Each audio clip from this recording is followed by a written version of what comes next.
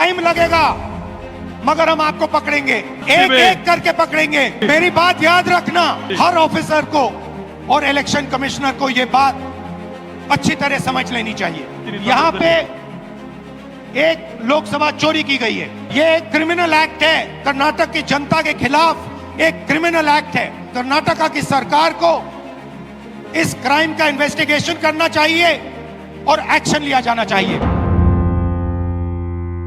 एक को पकड़ेंगे, संविधान पर हमला करने वालों को याद रखा जाएगा।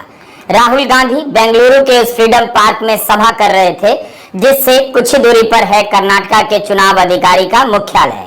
आज 8 अगस्त है, भारत छोड़ो आंदोलन के आह्वान का महान दिन। 7 अगस्त को दिल्ली में प्रेस कॉन्फ्रेंस करने के बाद 8 अगस्त को राहुल गांधी बेंगलुरु के फ्रीडम पार्क में वोट अधिकार रैली करते हैं। लोकसभा चुनाव के ठीक 1 साल बाद नेता प्रतिपक्ष प्रधानमंत्री नरेंद्र मोदी की जीत पर सवाल उठा रहे हैं और उनकी जीत पर चोरी का इल्जाम लगा रहे हैं। दुनिया में वोटर का नाम लिस्ट से गायब करने और वोट चोरी से सरकार बनाने के हजारों उदाहरण आपको मिल जाएंगे, लेकिन कहीं भी हमारी स्मृति में इस तरह से देखने को नहीं मिला कि नेता प्रतिपक्ष चुनाव के 1 साल बाद 6 महीने की जांच के बाद इतनी तैयारी से प्रेस कॉन्फ्रेंस कर रहे हो और अपनी बात रख रहे हो।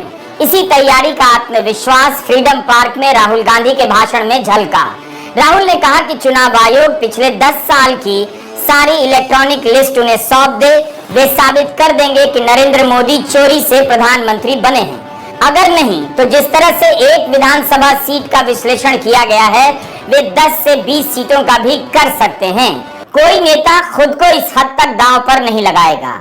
कायदे से प्रधानमंत्री नरेंद्र मोदी को ही चुनाव आयोग से मांग करनी चाहिए कि आयोग राहुल गांधी को सभी डेटा सौंप दे और बीजेपी को भी देश के सामने दूध का दूध और वाटर का वाटर हो जाना चाहिए। फ्रीडम पार्क से गरजते हुए राहुल गांधी ने कहा कि वोट चोरी बड़ा अपराध है और इसके अपराधियों को हर हाल में पकड़ा जाएगा। बीजेपी ने चुनाव आयोग से मिलकर कर्नाटका में लोकसभा के चुनाव के समय चोरी की है।